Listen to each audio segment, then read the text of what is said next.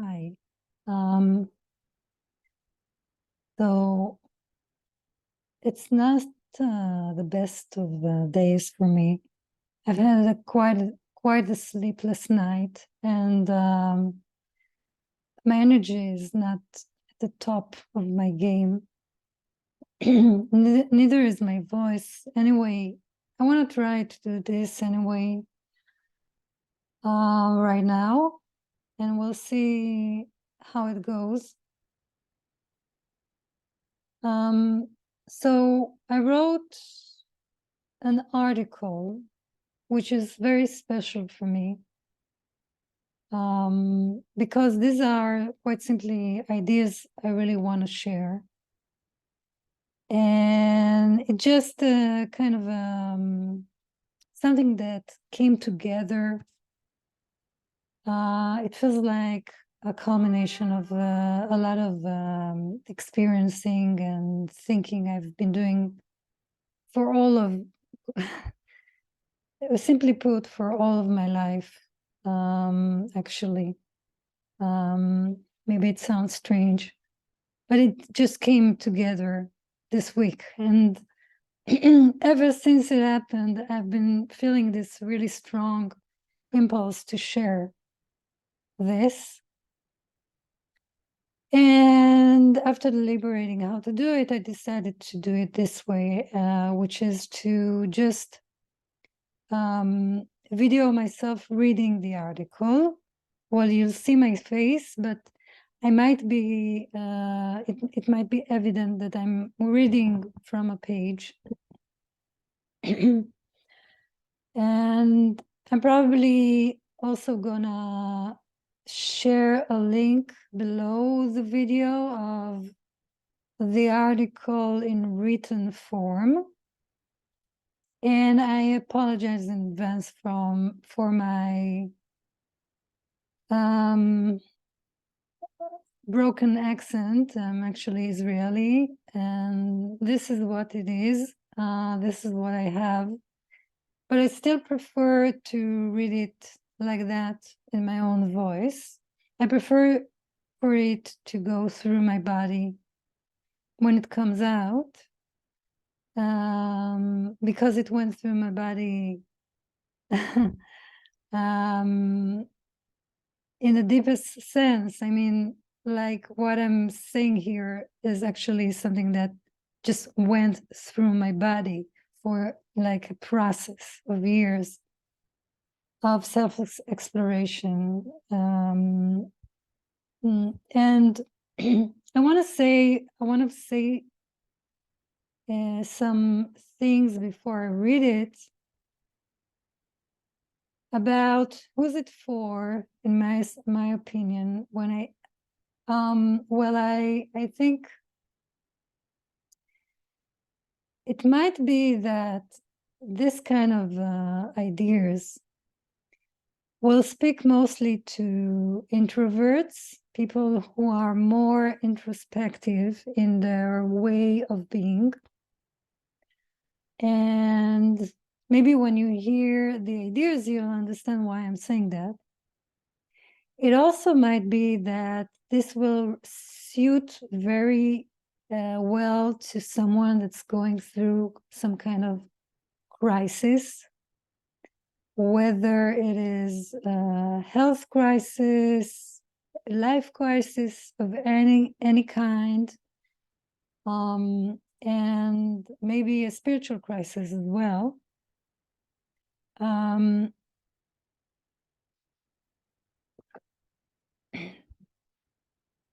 People who are extrovert and are already very much functional in life and involved, I don't know if this will speak to them in this time of their life. Maybe you can never know. And also I wanted to say, I don't want to sound like I've got everything figured out. I don't. I'm a slow thinker, and I mature mentally, slowly, but deeply, I think. And this is what I came up with after a very long process. But it doesn't mean it's right for you or that you'll find any value in it. So I just want to recommend that even if it sounds true to you, that you take it as just as inspiration. This is not the truth. Sorry. It's just a truth, and it's my truth and my current truth. It can change any moment like that. And so just take it as inspiration. Don't try to do anything like I would do it. Try to take it and see how it can combine itself into your life. And I'll put in the description below also links to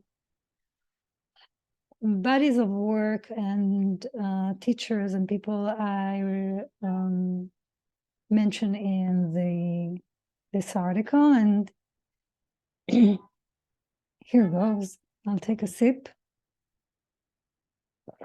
It's pretty long. So, an authentic life, the center of the cross, and the person as a flower. The following insights came to me one day while walking around the block, but they are a distillation and maturation of experiences and thoughts that I have been brewing in me for many years. Part of this maturation I attribute to my recent encounter with the materials of a teacher and friend named Doug Scott, whose ability to express insights in a concise manner was very helpful to me. I also benefited from being exposed to the lineage of teachers that influenced him, such as Richard Rohr, Thomas Keating, and Thomas Merton. All of them, including Doug, deal in one way or another with the subject of authentic self, the authentic self, and its connection to the spiritual path. A large part of my insights here also derive from my personal and in-depth process with the human design system and my experience with practicing strategy and authority, or simply practicing listening intently to my inner intuition. It is important for me to point out that when I mention God in this article, it is not as a religious concept, and that I don't live a religious lifestyle per se.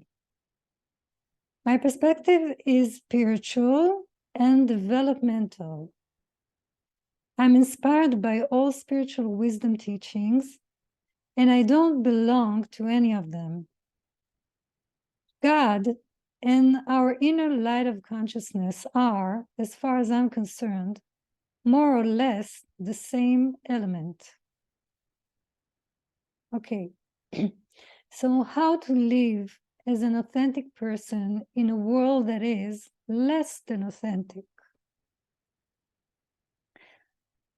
Contemporary man has a tendency to think dualistically or in dichotomies, meaning this as opposed to that, then trying to choose one thing out of the two. Either I'm good or I'm bad.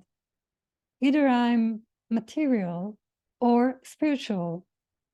Either the purpose of life is to be completely spiritual, submit myself to the divine will, or The purpose of life is material, egoistic, and aimed at adhering to the ego, its needs and its desires. In other words, either I am individual or I am spiritual. But that's not true. The truth is that you don't have to choose between the two. There is indeed a choice, even a brave one to be made, but it is not between these two.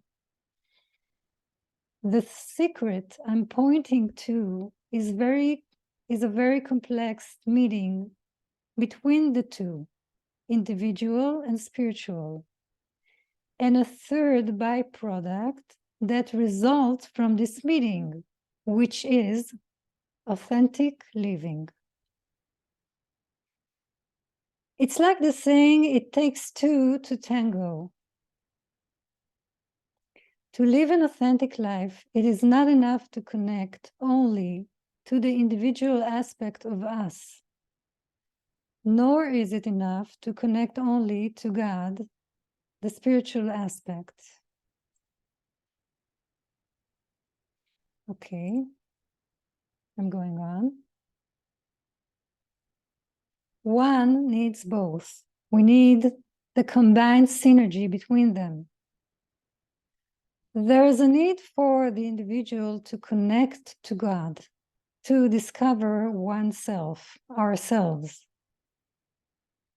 When this happens, what we get is an authentic movement in the world, compared to an inauthentic life, which is a life in which we have not examined our patterns and conditioning within us.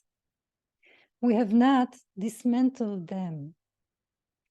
And we did not allow the divine presence, or simply the light of awareness, to dismantle all traumas and residual remnants in us. And so we move in the world out of patterns of protection, out of the attachment to all kinds of satisfaction or lack, and out of conditioning, mainly social, and not out of our true essence. So basically, there are two forces that may be named here.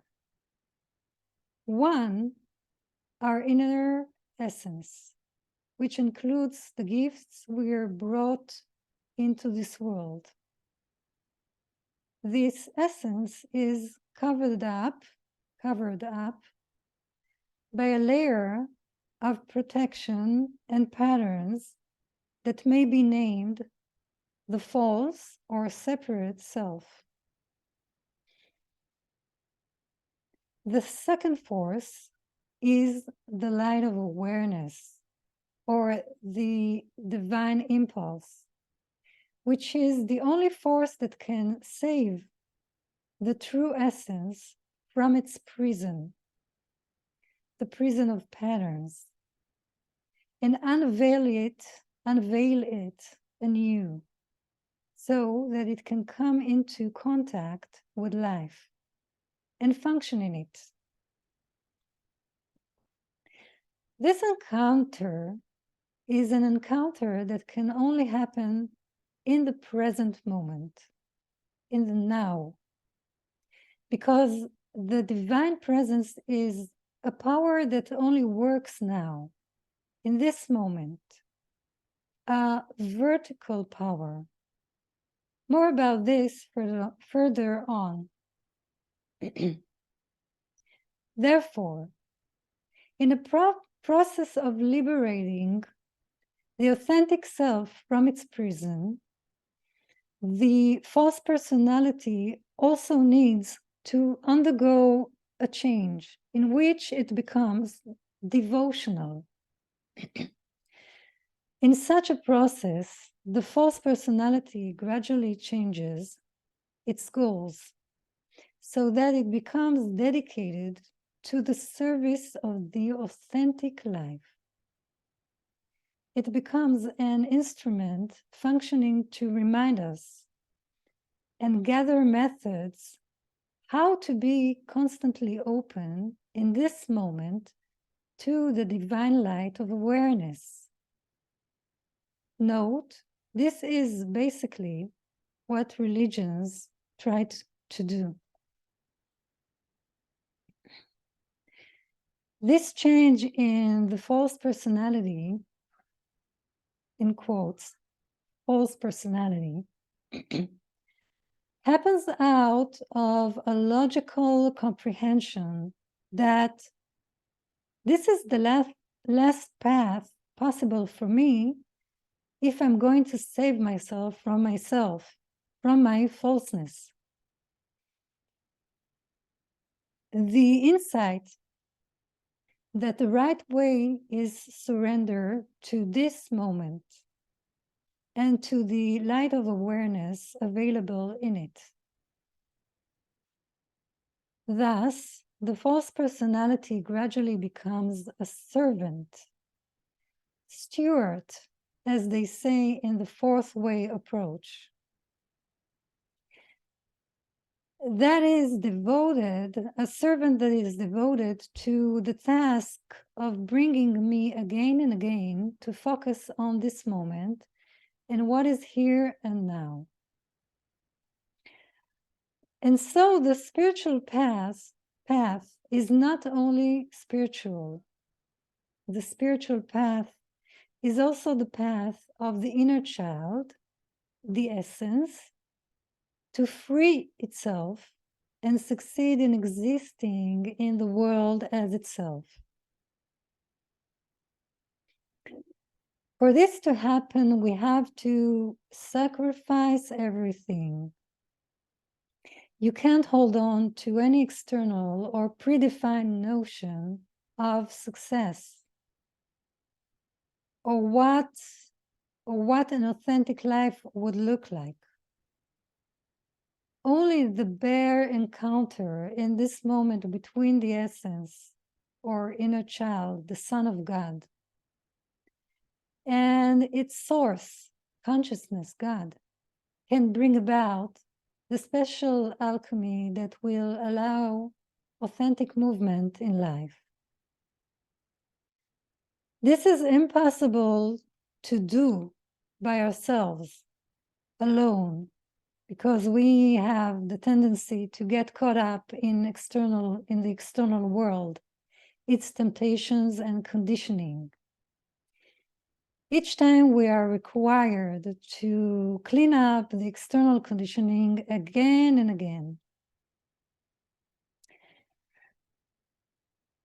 Hearing sacrifice everything may sound grandiose or daunting, but it is in fact simple. The way this cleansing is done is only in this moment right now.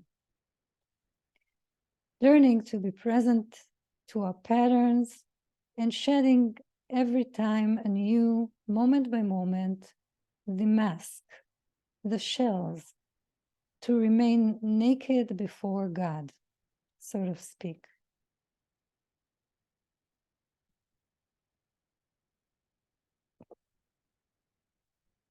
This shedding is done first and foremost in front of ourselves, in front of God, which is the same thing.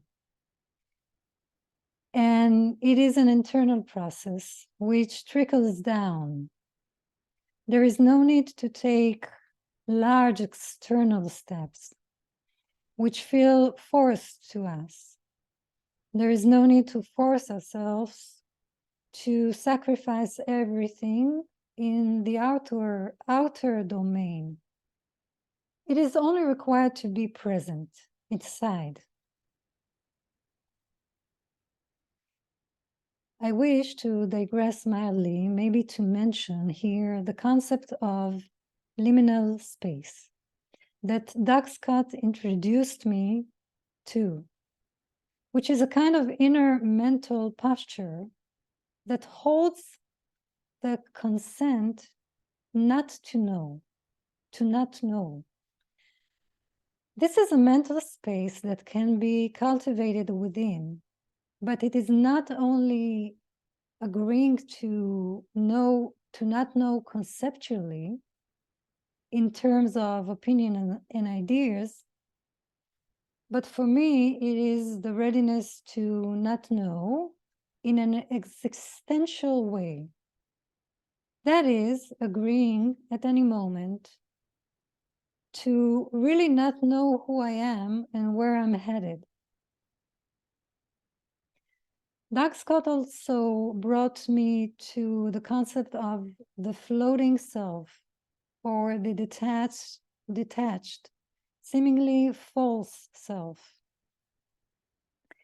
and also the anchored self, the connected, authentic self.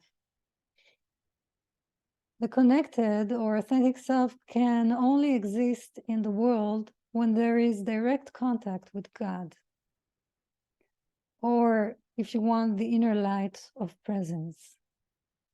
A contact that takes place every time anew in this moment, as I said before.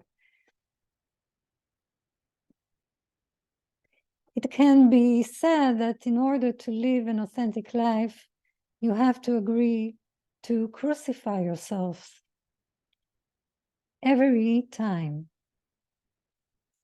Yes, this sounds Christian, something which is not accepted in today's Israel, where I'm writing this.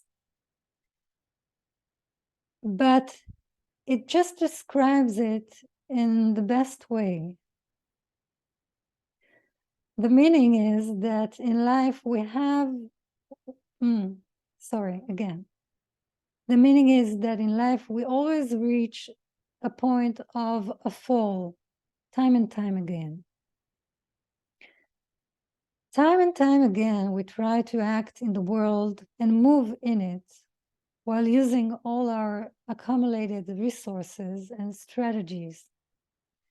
But life seems to lead us eventually to a breaking point, a point where the old strategies no longer work.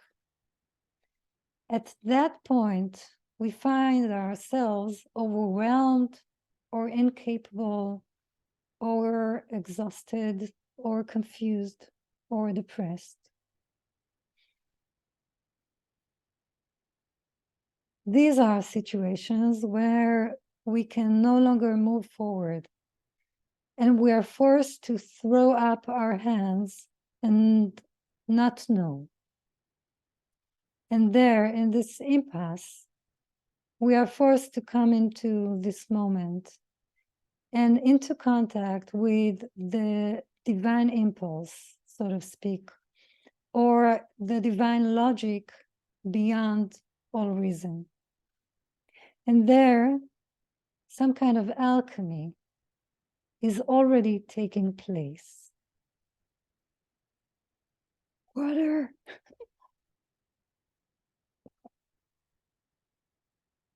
So the next headline is The Fall. So hold on tightly. But to reach alchemy between us and God, we usually need to go through the fall. These impasses come to the person periodically, once in a while, or once in an hour or a minute. And in each such cycle, we can become more and more precise, aligned, integrated. I would say that the Bach flower remedies are useful for these kinds of falls. The fall, especially a big one, has different stages. There is the stage before the fall, and there is the stage when I am falling right now. In this very moment, oh no, this is an emergency, an acute situation. there is a stage where I just had a fall and I don't know what will become of me and how to pick myself up. A large-scale fall can take years. Sometimes it takes years to humiliate that false self and to receive the message that it's time to change or open up to something new. We are very stubborn and we are very conditioned and dependent on our habits. So there is a phase of learning where we say, okay, I accepted the fall. I agreed with the fall. I'm no longer just in shock or angry or grieving that it happened. Rather, I accepted it, and now I'm ready to do the work. The phase of learning after the fall can also take years, years of surrendering, years of falling apart, of agreeing to not know. And then after the dismantling, from this dismantling, little by little, the truer side begins to emerge from the true essence. Then, after the recovery, there is the stage where a person begins to go back into the world. But they are anxious because they have fallen. Quotes, what will become of me? I might fall again. And slowly you muster up the courage to go out again.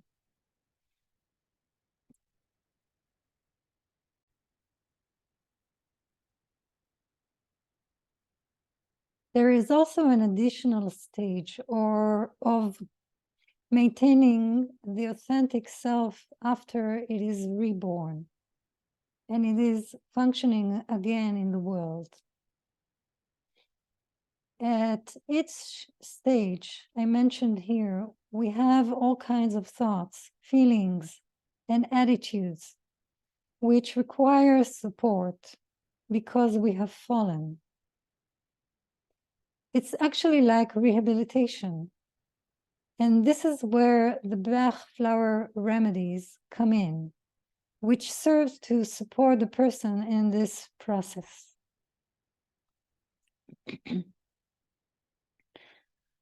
New headline, the person as a plant or a flower.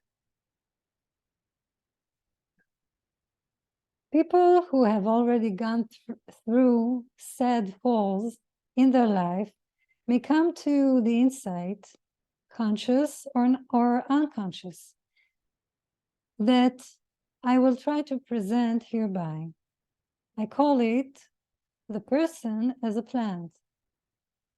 And I credit some of my inspiration for this way of thinking to a dear gentleman named Julian Bernard, who is a teacher of Bach remedies, maker of them, and a unique and exquisite person. The ideas here are not his, but there is something of him in them. For the case at hand, I'll use as a metaphor a plant that produces flowers and also bears fruits. A plant has different levels of being to it, like a person. For example, it has the flower and the fruit. I liken the fruit to our service to the world. The way in which the world can taste us. It can be an occupation, a job, a way of self-expression, or creative work. Something that people or other creatures can enjoy. The flower is our essence. It is also an aspect that is expressed externally, but it is not an action. Rather, it is how we are in the world. For example, I am naturally I am naturally sensitive and introspective, deep. I've always been like that since childhood. It is part of my essence. It's not necessarily my direct service to people, but you can enjoy it in my company, just as we enjoy the smell and the beauty of a flower. We'll come back into this later. So our culture tends to encourage us to focus obsessively on these two external aspects, the flower and the fruit. And that, quite simply, messes us up. It makes us constantly strive and concentrate on what I do in life and how I seem to other people. The fruit, external action, and the flower, external appearance or character. These two things, these are two things that we are not supposed to deal with directly at all. They are supposed to arise from within us in a natural way, to flow from within. But because we are constantly messing with them, it causes distortion. And we actually fail to produce the fruit and to be the flower that we truly are. Because society constantly washes our brains with the results, how it looks, what I'm doing, and whether I was able to fulfill myself, etc., etc.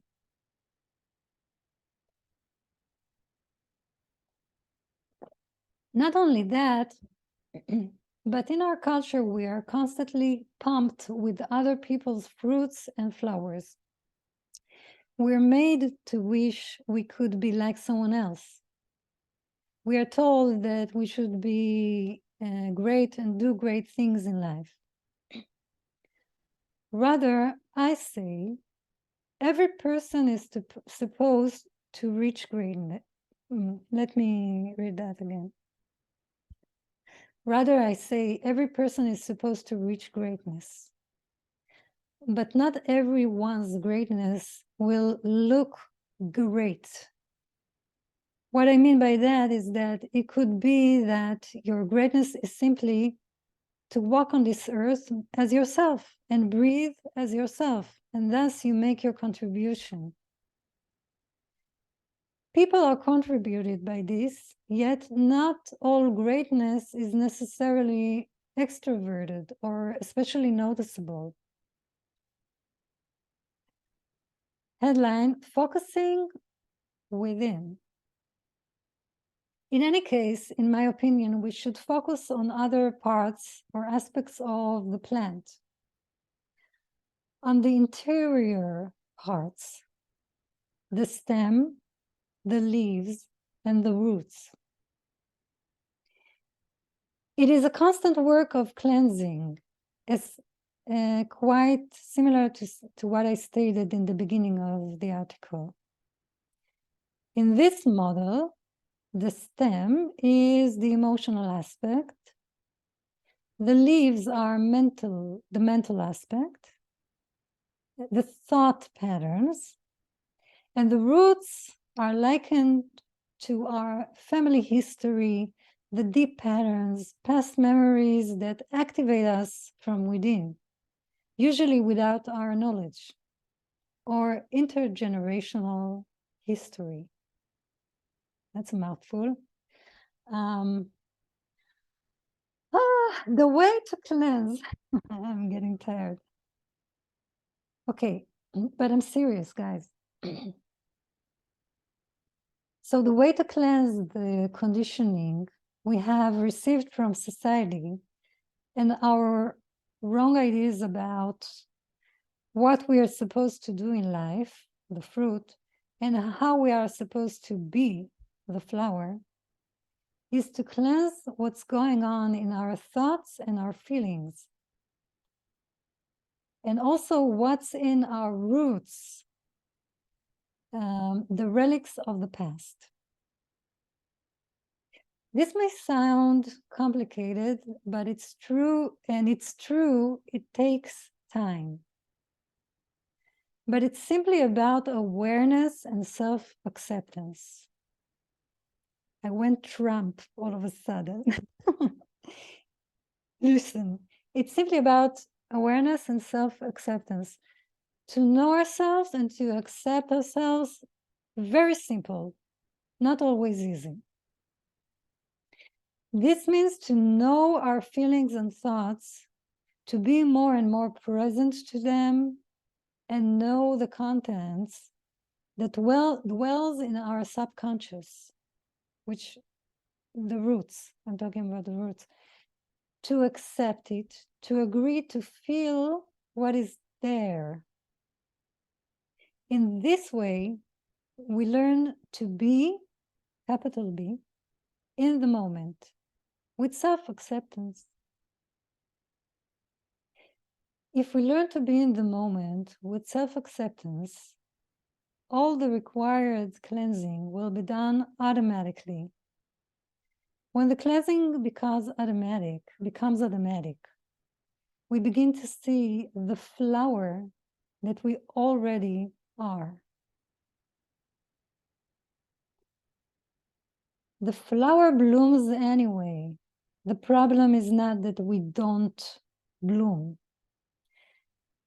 but that we don't see what our true flower is, because our heads are full with so much nonsense, so many misconceptions about who we really are, how we are supposed to be, look, behave, etc.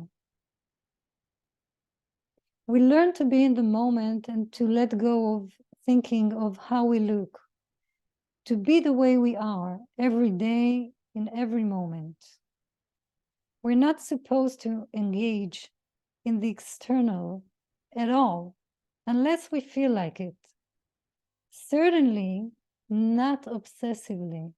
Instead, we can focus on what we feel and what we think, and be fully in this moment, be present. When we do, it is actually equivalent to the synergy I presented earlier, the synergy between the essence, the inner child, and the presence, God. In such a process, our mirror of consciousness, the mental aspect, is gradually cleansed. And then we can see the flower that we are. And then, knowing that, it is clearer to us what to do in life, the fruit. However, even when we already know what to do, we must take care not to get lost in this doing, in the fruit. Excuse me. This is because the fruit has three characteristics. One, it is external. It goes out into the world. The reactions we receive about the fruit from the outside tend to distort us because we receive feedback.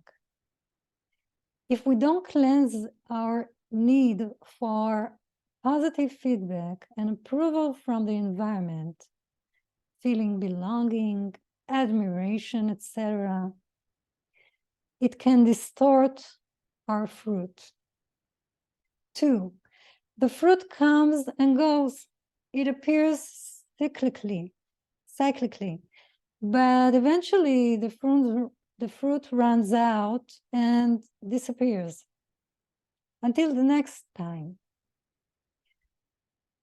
Three, likewise, there are periods in life when the fruit is more external And there are periods in life when we go more inwardly.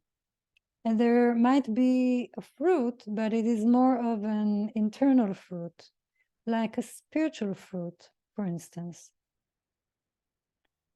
So to sum it up, the fruit is an element that changes a lot, very dynamic. So holding on to it may pose a problem. There are things that we never have to stop focusing on: the stem, the leaves, and the root.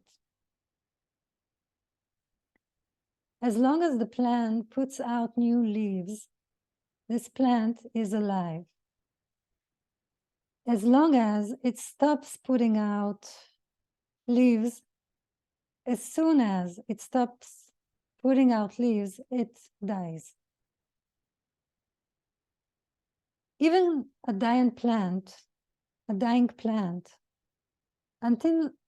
the last moment, there is also, oh wow, I'm really getting tired. Sorry. Even a dying plant, until the last moment, there is always some new leaf. We always have more ways of thinking and feeling about life. We always have insights into our thoughts and feelings. There is also always another perspective, another emotion or mental. If we continue to focus on these aspects as long as we live, we will not get lost in the external. The flower is like our essence. It is a natural part of our being. But if we focus on it, we again begin to lose authenticity, because the essence is a part that is exposed to society, and it is something that we often receive feedback for from outside. As long as we have not deeply understood what our essence is, we may get confused by the external feedback we receive, get hung up on it, and lose authenticity.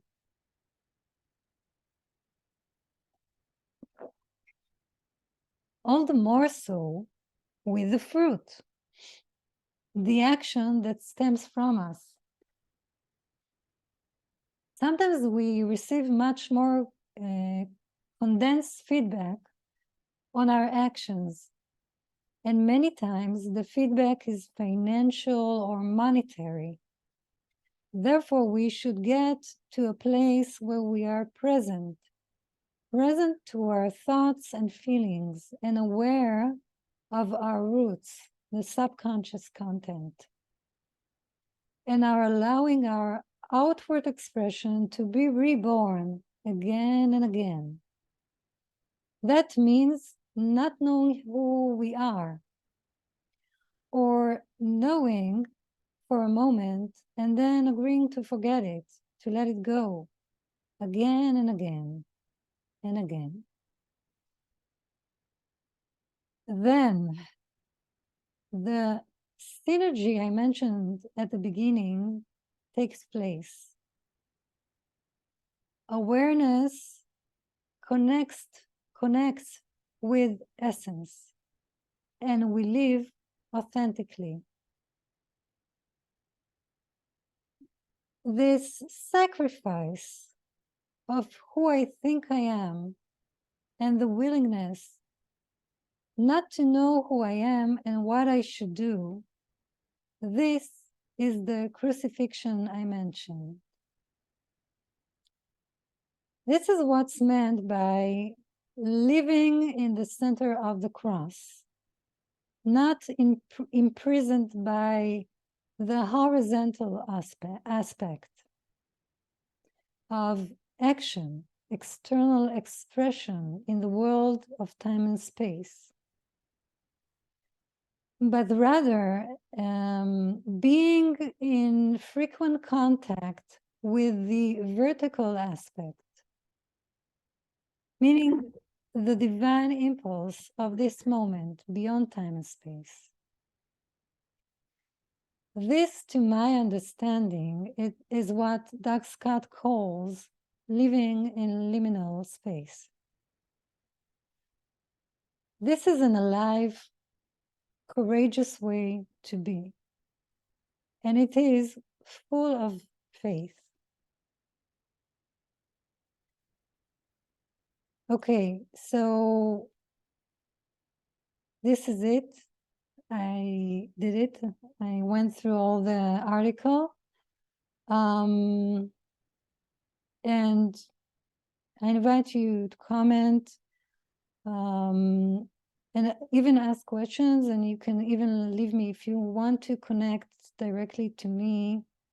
If you need some support in understanding this, so with the impact this leaves in you, you can leave me your details and I can contact you if I'm available to it. I'm not always available because I live in the present moment and I'm attuned to my inner energy. So I have to check every time if I'm available, but if I'm I'll be glad to support anyone. And that's it. Thank you if you listened, and bye-bye.